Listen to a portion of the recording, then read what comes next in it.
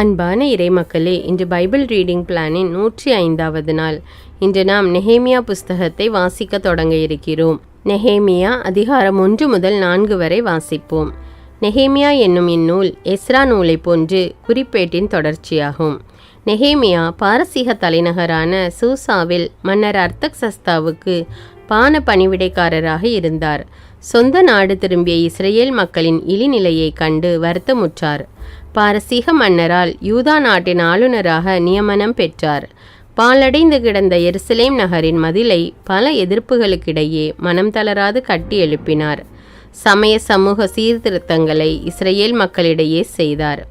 இவரது காலத்தில் சட்ட வல்லுநரான எஸ்ரா திருச்சட்டத்தை மக்கள் முன் வாசிக்க மக்கள் தங்கள் பாவங்களை அறிக்கையிட்டு உடன்படிக்கையின்படி வாழ உறுதி பூண்டனர். இறைவனின் உதவியின்றி தம்மால் ஒன்றும் செய்ய இயலாது என்பதை நெகேமியா உணர்ந்திருந்தார். எனவே அவர் பல முறை இறைவனிடம் மன்றாடினார். அவர் உள்ளத்தினின்று எழுந்த மன்றாட்டுக்கள் பல இந்நூலில் இடம்பெற்றுள்ளன. நெகேமியா அதிகாரம் 1. எருசலேம் குறித்து நெகேமியா கவலைப்படல். அக்கல்யா மகனான நெகேமியா கூறியது: 20ஆம் ஆண்டின் கிசிலேவு மாதத்தில் நான் தலைநகரான சூசாவில் இருந்தேன். அப்பொழுது என் சகோதரர்களில் ஒருவரான அனானியும் சில ஆண்களும் யூதாவிலிருந்து வந்தார்கள். அடிமைத்தனத்திற்கு தப்பித்து கொண்டு உயிரோடு இருக்கும் யூதர்களை பற்றியும் எருசலேமை பற்றியும் அவர்களிடம் விசாரித்தேன். அதற்கு அவர்கள், அடிமைத்தனத்திற்கு தப்பித்து கொண்டு அம்மாநிலத்தில் உயிரோடு இருப்பவர்கள் பெரும் துயரும் சிறுமையும் அடைகிறார்கள். எருசலேமின் மதில்கள் தகர்த்தெறியப்பட்டுள்ளன, அதன் வாயிற் கதவுகள் தீக்கு இரையாகிவிட்டன என்று கூறினர். இவற்றை பற்றி கேள்விப்பட்டதும் நான் உட்கார்ந்து அழ ஆரம்பித்தேன். பல நாள்கள் துக்கம் கொண்டாடினேன். மேலும் நான் நோன்பிருந்து விண்ணக கடவுளின் முன் மன்றாடினேன். விண்ணக கடவுளாகிய ஆண்டவரே, பெரியவரும் அஞ்சுதற்கு உரியவரும் ஆனவரே, தமக்கு அன்பு காட்டுபவர்களிடமும் தம் கட்டளைகளை கடைபிடிப்பவர்களிடமும் உடன்படிக்கையையும் இரக்கத்தையும் காப்பவரே, ஊழியர்களாகிய இஸ்ரேல் மக்களுக்காக இரவும் பகலும் இன்று முன் மன்றாடினேன். இஸ்ரேல் மக்களாகிய நாங்கள் உமக்கு எதிராக செய்த பாவங்களை அறிக்கையிடுகிறேன். அடியேனுடைய மன்றாட்டை கேட்பதற்கு செவிகள் திறந்திருப்பதாக, உன் கண்கள் விழித்திருப்பதாக. நானும் என் தந்தை வீட்டாரும் பாவம் செய்தோம். நாங்கள் உமக்கு எதிராக முறைகேடாக நடந்து கொண்டோம். உமது ஊழியரான மோசேக்கு தந்த கட்டளைகளையும் சட்டங்களையும் நீதி முறைமைகளையும் கடைபிடிக்கவில்லை. ஊழியரான மோசேக்கு நீர் அளித்த வாக்குறுதியை நினைவு கூர்ந்தருளும். நீங்கள் நேர்மையற்றவர்களாக இருப்பீர்களேயாகில் உங்களை மக்களினங்களிடையே சிதறடிப்பேன். இருப்பினும் நீங்கள் என்னிடம் திரும்பி வந்து என் கட்டளைகளை பின்பற்றி நடப்பீர்களாகில் நீங்கள் உலகின் கடை எல்லைக்கு ஒதுக்கி தள்ளப்பட்டிருப்பினும் அங்கிருந்து உங்களை ஒன்று சேர்த்து எனது பெயர் விளங்கும் பொருட்டு நான் தேர்ந்து கொண்ட இடத்திற்கு உங்களை கொண்டு வருவேன். உமது பேராற்றலாலும் கைவன்மையாலும் நீர் மீட்ட மக்களும் ஊழியர்களும் இவர்களே. ஆண்டவரே, ஊழியனான அடியேனின் மன்றாட்டையும் உமது பெயருக்கு அஞ்சு நடக்க விரும்பும் ஊழியர்களின் மன்றாட்டையும் கேட்டருளும்.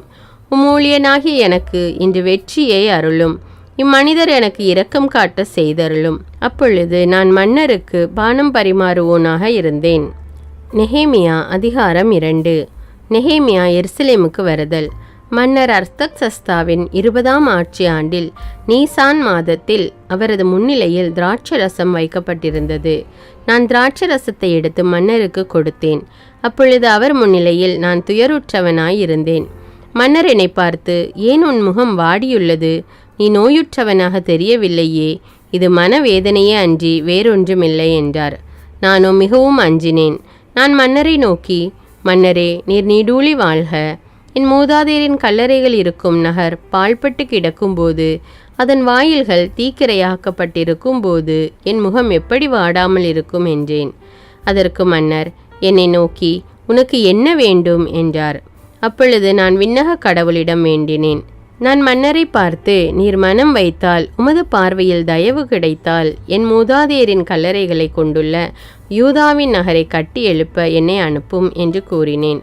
அப்பொழுது மன்னரும் அவர் அருகில் அமர்ந்திருந்த அரசியும் என்னை பார்த்து, உன் பயணத்திற்கு எத்தனை நாள்கள் ஆகும்? எப்பொழுது நீ திரும்பி வருவாய் என்று கேட்டனர். மன்னர் என்னை அனுப்ப விரும்பியதால் திரும்பி வரும் காலத்தை அவரிடம் குறிப்பிட்டேன். மீண்டும் மன்னரை பார்த்து, உமக்கு மனம் இருந்தால் நான் யூதாவை அடையும் வரை யூப்ரத்தீஸின் அக்கறை பகுதியிலுள்ள ஆளுநர்கள் எனக்கு வழிவிட வேண்டுமென மடல்கள் கொடுத்தருளும்.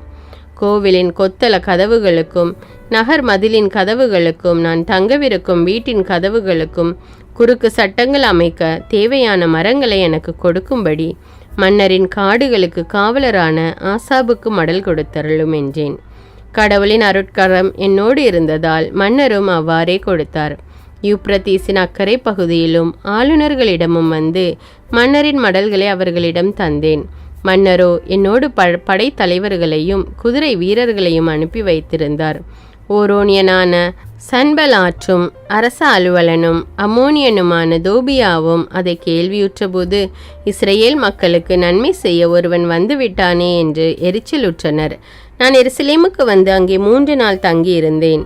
நான் எருசலேமுக்கு செய்யுமாறு கடவுளின் உள்ளத்தில் தூண்டியிருந்த எதையும் நான் ஒருவருக்கும் சொல்லவில்லை.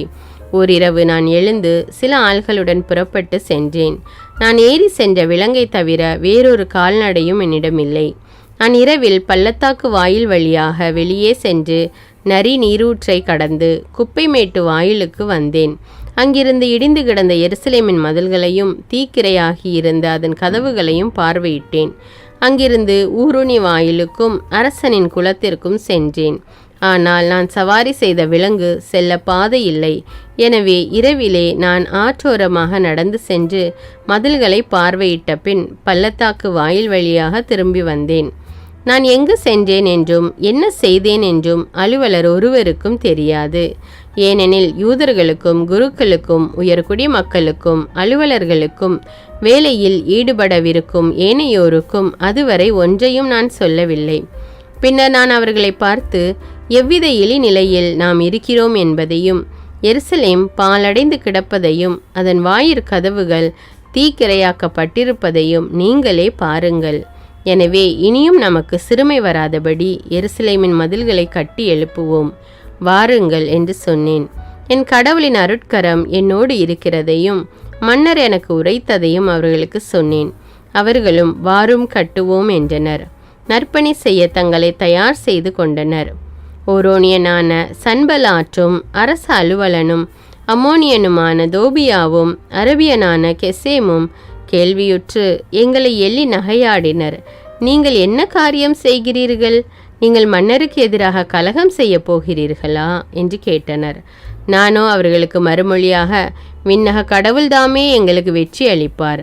அவருடைய ஊழியர்களாகிய நாங்கள் கட்டட வேலையை தொடங்கப் போகிறோம். உங்களுக்கு எருசலேமில் பங்கில்லை, உரிமை இல்லை, நினைவு சின்னமும் இல்லை என்றேன். நெஹேமியா அதிகாரம் 1. எருசலேமின் மதில்கள் புதுப்பிக்கப்படல். அப்பொழுது பெரிய குரு எலியாசிபும் அவருடைய சகோதர குருக்களும் முன்வந்து ஆட்டு வாயிலை கட்டி அர்ப்பணம் செய்தனர். அதற்கு கதவுகளை பொருத்தினர்.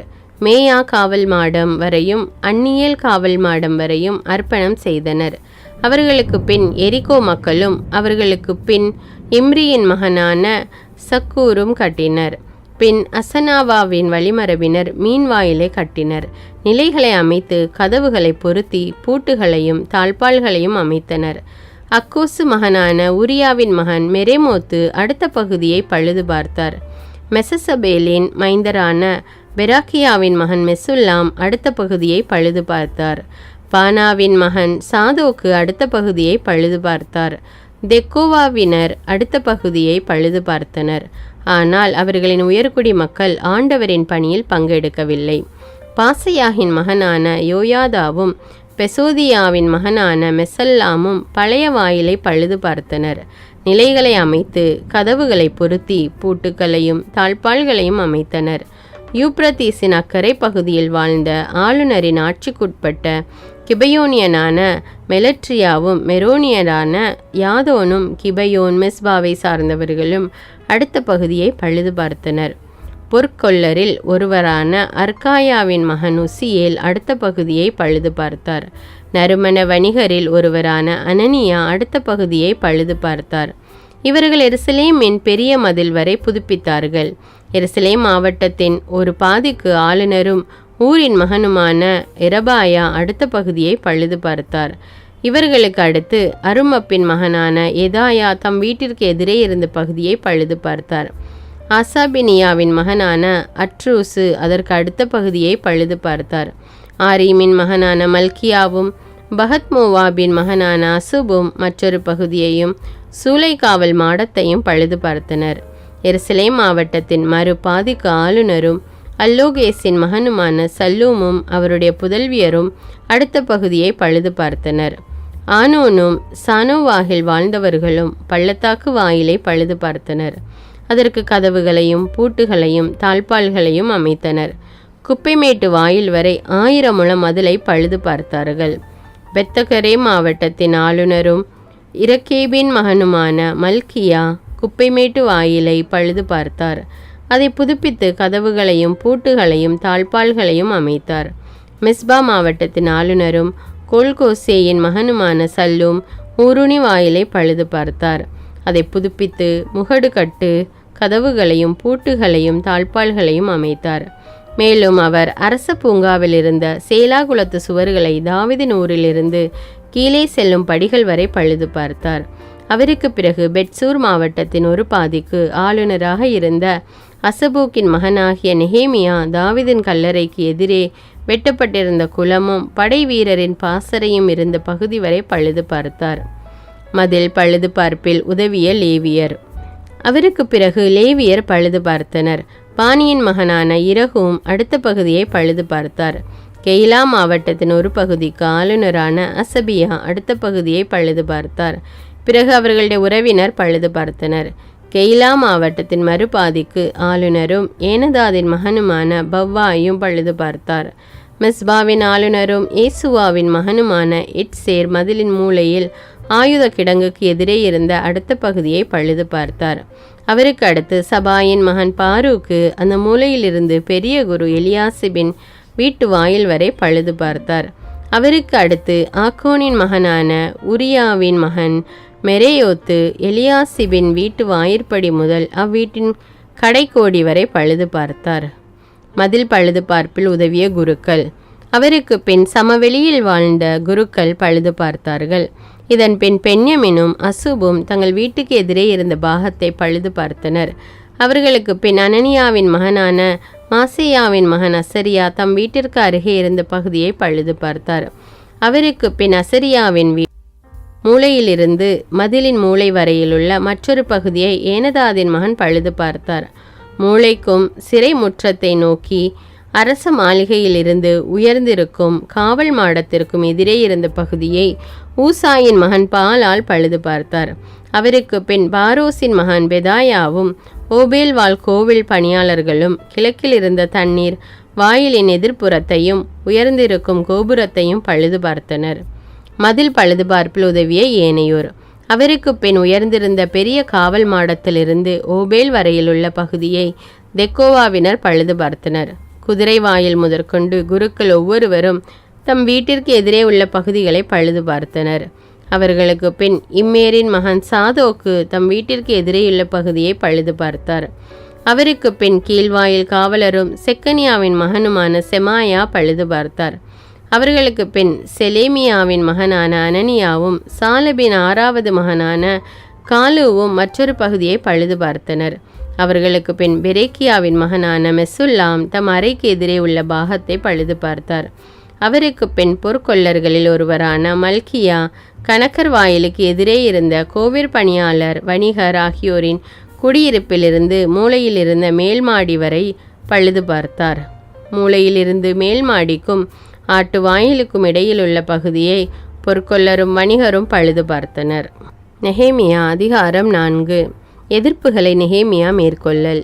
நாங்கள் மதிலை கட்டுவது பற்றி கேள்வியுற்ற சன்பலாற்று சினமுற்று வெகுண்டெழுந்து யூதர்களை ஏளனம் செய்தான். தன் தோழர்கள் முன்னிலையிலும் சமாரிய படையின் முன்னிலையிலும் இந்த அற்ப யூதர்கள் என்ன செய்ய முடியும்? அவர்கள் சும்மா விடப்படுவார்களா? அவர்களால் பலி செலுத்த முடியுமா?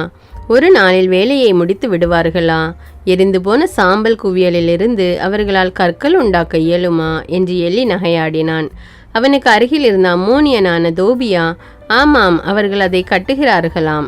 ஆனால் ஒரு நரி அதன் மேல் ஏறி சென்றால் கூட அந்த கல் மதில் இடிந்து விழும் என்று ஏளனம் செய்தான். எம் கடவுளே, நாங்கள் ஏளனம் செய்யப்படுவதை பாரும். இந்த இழிவு அவர்களின் தலைமேலேயே சுமத்தப்படட்டும். அந்நியரின் நாட்டில் அவர்கள் அடிமைகளாகி கொள்ளையடிக்கப்படட்டும். அவர்களின் குற்றத்தை மூடிவிடாதேயும், அவர்களின் பாவத்தை உம் முகத்திலிருந்து கழுவி விடாதேயும். ஏனெனில் கட்டுவோரை இழித்துரைத்தார்கள். இவ்வாறு நாங்கள் மதிலை தொடர்ந்து கட்டினோம். எல்லா மதில்களும் பாதி உயரத்திற்கு எழும்பிவிட்டன. மக்களும் பணி செய்வதில் முழு உள்ளத்துடன் ஈடுபட்டனர். சன்பலாற்று, தோபியா, அரேபியர், அம்மோனியர், அஸ்தோதியர் ஆகியோர் எருசலேமின் மதில்களை பழுது பார்க்கும் வேலை முன்னேறி செல்வதையும் உடைப்புகள் அடைக்கப்பட்டு வருவதையும் கேள்வியுற்று மிகவும் சீற்றம் கொண்டனர். அவர்கள் எல்லோரும் ஒன்று சேர்ந்து எருசலேமின் மீது போர் தொடுக்கவும் அங்கே கலகத்தை உருவாக்கவும் சதி செய்தனர். நாங்களோ எங்கள் கடவுளை வேண்டினோம். அவர்களிடமிருந்து காத்து கொள்ள இரவும் பகலும் காவலர்களை அமர்த்தினோம். அப்பொழுது யூதா நாட்டினர் சுமப்போர் தளர்ந்து போயினர். மண்மேடோ பெரிதாய் உள்ளது, மதில்களை நம்மால் கட்டி முடிக்க இயலாது என்றனர். எங்கள் எதிரிகளோ நாம் அவர்கள் நடுவே சென்று அவர்களை கொன்று வேலையை நிறுத்தும் வரை அவர்கள் இதை அறியாமலும் தெரியாமலும் இருக்கட்டும் என்று சொல்லி கொண்டனர். அவர்களை சுற்றி வாழ்ந்து வந்த யூதர்கள் 10 முறை வந்து எங்களிடம் எல்லா திசைகளிலிருந்தும் நம்மை எதிர்த்து வருகிறார்கள் என்று அறிவித்தனர். எனவே மதிலுக்கு பின்புறமாக மிக தாழ்வான பகுதியில் திறந்த வெளியில் மக்களை குடும்பம் குடும்பமாக அவர்களின் வாள், ஈட்டி, வில்களோடு நிறுத்தி வைத்தேன். தலைவர்களையும் அலுவலர்களையும் ஏனைய மக்களையும் பார்த்தேன். நான் எழுந்து அவர்களை நோக்கி, பகைவருக்கு அஞ்சாதீர்கள், மேன்மை மிக்கவரும் அஞ்சுதற்கு உரியவருமான ஆண்டவரை மனதில் கொண்டு உங்கள் சகோதரர், மகன்கள், மகள்கள், மனைவியர் ஆகியோருக்காகவும் உங்கள் வீடுகளுக்காகவும் போராடுங்கள் என்றேன். தங்கள் சதி எங்களுக்கு தெரிந்துவிட்டது என்பதையும் அதை கடவுள் சிதறடித்தார் என்பதையும் எங்கள் எதிரிகள் அறிய வந்தபோது நாங்கள் எல்லோரும் அவரவர் வேலையை செய்ய மதிலுக்கு திரும்பினோம். அந்நாள் முதல் என் பணியாளர்களில் பாதி பேர் வேலை செய்தனர். மற்ற பாதி பேர் ஈட்டி, கேடயம், வில், மார்பு கவசம் இவைகளை அணிந்து கொண்டு நின்றனர். மக்கள் தலைவர்கள் யூதா வீட்டார் அனைவரையும் மேற்பார்வை செய்தனர். மதில் கட்டுவோரும் சுமை சுமப்பவரும் ஒரு கையால் வேலை செய்தனர், மறு கையிலோ ஆயுதம் தாங்கியிருந்தனர். கட்டுவோர் ஒவ்வொருவரும் தம் வாளை இடையில் கட்டி கொண்டு வேலை செய்தனர். எக்காலம் ஓதுபவன் என் அருகிலேயே இருந்தான். பிறகு நான் தலைவர்களையும் அலுவலர்களையும் ஏனைய மக்களையும் நோக்கி கூறியது, வேலை மிகுந்துள்ளது, பரந்துள்ளது, நாமோ மதில் நெடுக தனித்தனியே சிதறி நிற்கின்றோம். எந்த இடத்திலிருந்து எக்கால முழக்கம் கேட்குமோ அந்த இடத்திற்கு எங்களிடம் ஒன்று கூடி வாருங்கள். நம் கடவுள் நமக்காக போர் புரிவார். இவ்வாறு நாங்கள் வேலை செய்து வந்தோம். எங்களுள் பாதி பேர் அதிகாலை முதல் விண்மீன்கள் தோன்றும் வரை ஆயுதம் தாங்கியிருந்தனர். அப்பொழுது மக்களை பார்த்து நான் கூறியது, ஒவ்வொருவரும் தம் வேலைக்காரரோடு இரவை எருசலேமில் கழிக்கட்டும். இவ்வாறு அவர்கள் நமக்காக இரவில் காவலும் பகலில் வேலையும் செய்வர். நான் என் சகோதரர், என் ஊழியர், என் மெய்க்காவலர் யாருமே எம் உடைகளை களையவே இல்லை. ஒவ்வொருவரும் வலக்கையில் ஆயுதம் தாங்கியிருந்தோம்.